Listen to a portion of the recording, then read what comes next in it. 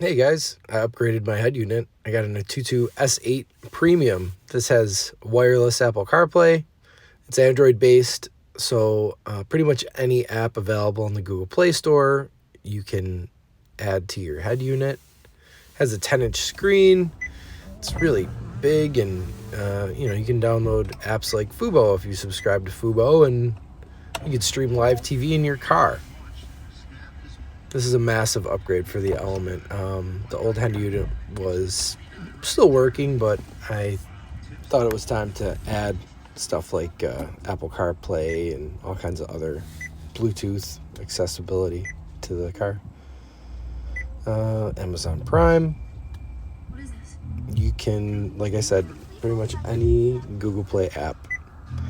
And I'm going to show you how to install it. It's super straightforward. Even if you've never done a car stereo installation before, I have faith in you. You can do it. I've installed head units in dozens of cars over my life, and this was one of the easiest I've ever done.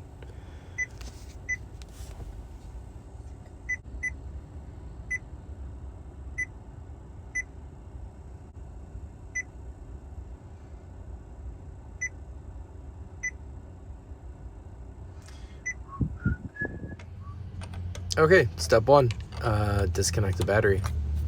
You always want to do this if you're working on anything electrical with your car. Always. Don't ever skip this step. So I completely forgot to record the part where you pry this little cover off. All you need is a flathead screwdriver and just pop it off. There's these 4 little metal tabs. Well, there used to be metal tabs in there that it sits in. After that, you'll see 4 screws. Those 4 screws hold in the head unit. All you gotta do is unscrew them. All right. Now we got the screws removed. We're gonna wiggle, wiggle, wiggle, and it should just pop right out.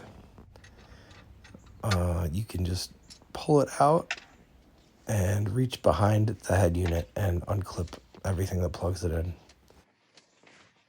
Don't worry about marking the plugs or anything like that because they're all different. You can't mix them up when you get your conversion harness.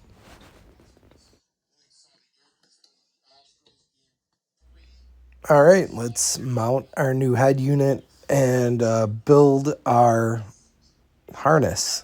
So if you have a Honda Element that has a factory subwoofer, your harness is going to be different from the one that doesn't. My Element does have a factory subwoofer. There is the conversion plug for the subwoofer, and you can see that this conversion harness has a good amount of power cables. There's positive, negative. There's a couple speaker wires, but the majority of them are RCAs. There's 4 RCAs that'll plug into the RCA preamp outputs on the back of the new head unit. So what I'm holding in my hand right there is a parking brake bypass.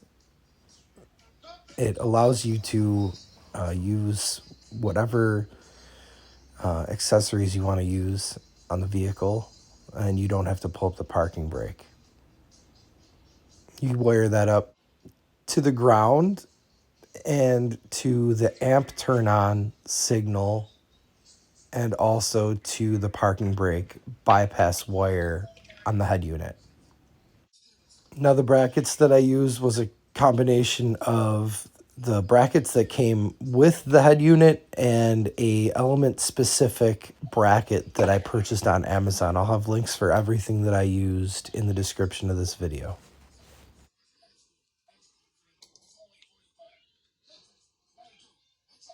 Now that we've built the harness, we can start plugging everything in.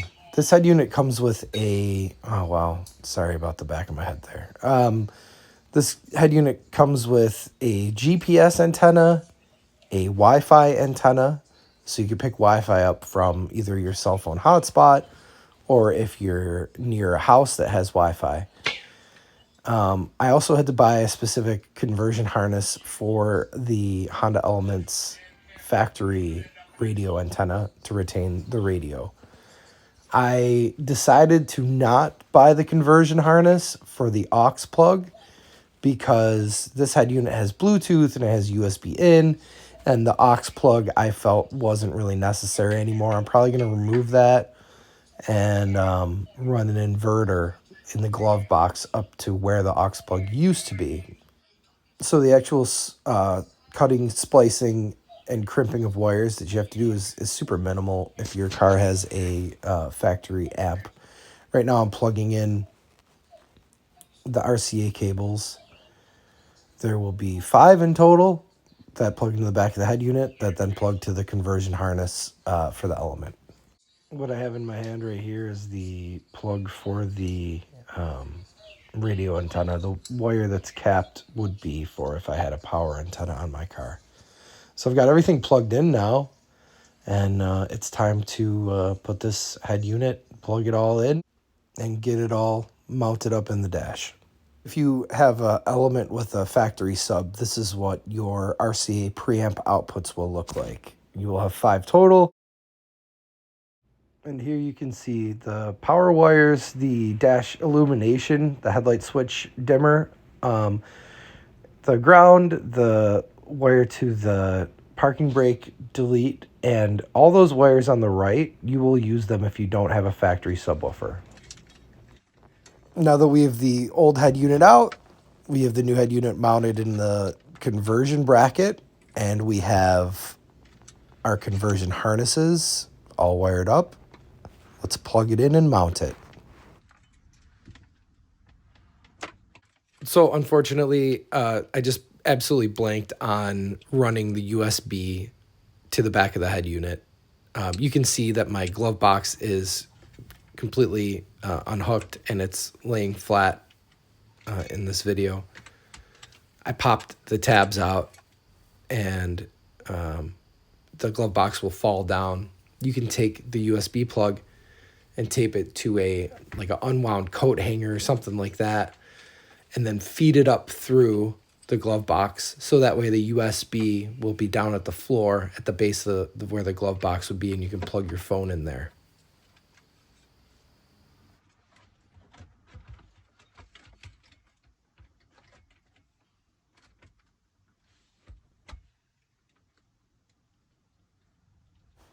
Okay, so this coming right up was probably one of the most tedious parts of the job.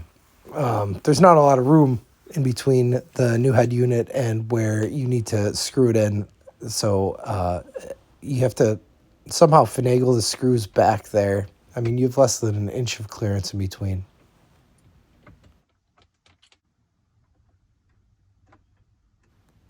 So this part was pretty tedious. What I ended up using was a small 8mm wrench. And I could really only turn it a quarter turn at a time. It took a long while to get it nice and tight back there. If anybody has any suggestions on better tools to use, I'm all ears. Because this was tedious, but I ended up getting it finished. All 4 screws went in, no problem.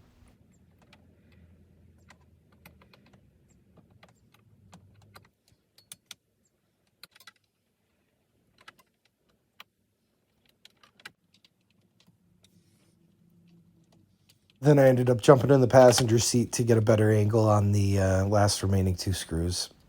I also used this weird tool I got at Harbor Freight to try to get the screws started. It worked okay. It didn't work great though. All right, let's reconnect the battery and fire it up. Make sure everything is working properly.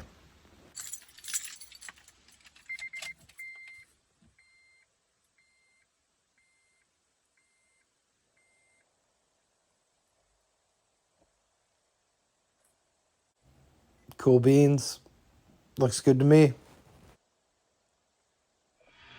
I had to see if you could play Xbox on it, which you can through the Xbox app.